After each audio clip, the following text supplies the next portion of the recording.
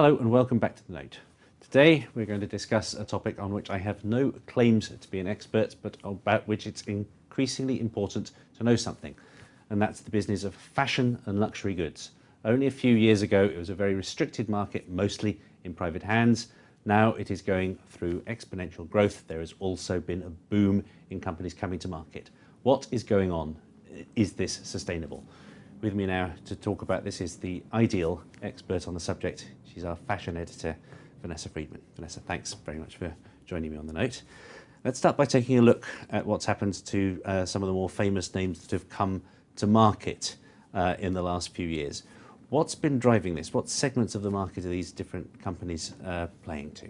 Well, what's really interesting is that there has been an increasing sort of tiering of the luxury market in the last couple of years, and Michael Kors in particular has taken advantage of that, arguably Prada and Ferragamo also, so that there are the very, very high-end luxury groups like Hermes and LVMH, and as they have rushed ever further upmarket, ever further associating themselves with exclusivity and rarity, they created a space in what I would call premium luxury. Right, let's take a look at some Michael Kors designer wear now. So this is an area which is a treat for the likes of you and me, but is within bounds, as opposed to something like an Hermes bag, which is obviously very, very expensive. Well, what's interesting about Michael Kors, as opposed to the LVMH brands like Louis Vuitton and Givenchy or Hermes, is that he has a sort of pyramid structure to his company. So at the very, very top is the very high-end luxury line. That's a picture from the last runway show.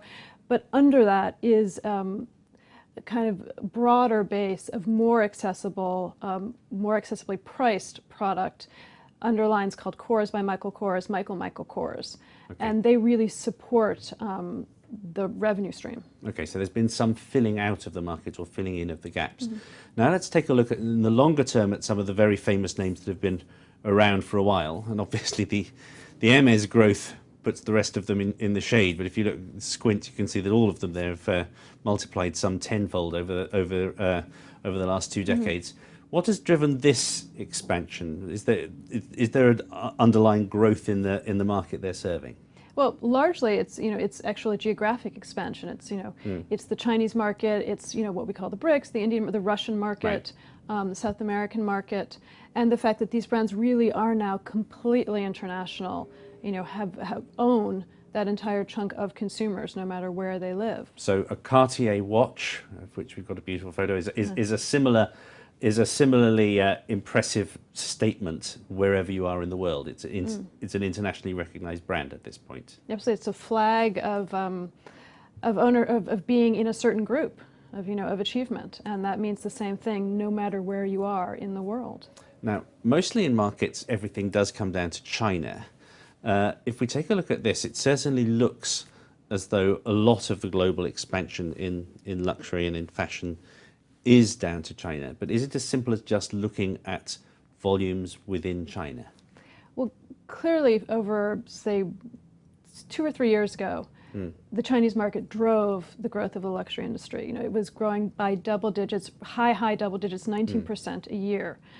That has slowed down recently due to both saturation, as everyone rushed to open stores, and the current crackdown on bribery from the central government, and that's slightly changed things. However, it's mostly driven purchasing offshore, and so it's hard to actually calculate how much Chinese, as opposed to China, consumers are contributing to the growth of the brands. Okay, so perhaps not quite as driven by China as it once was. I have one final question. We've seen a lot of IPOs, but private equity is also obviously very strong at the moment. There's a lot of private equity money looking for a home.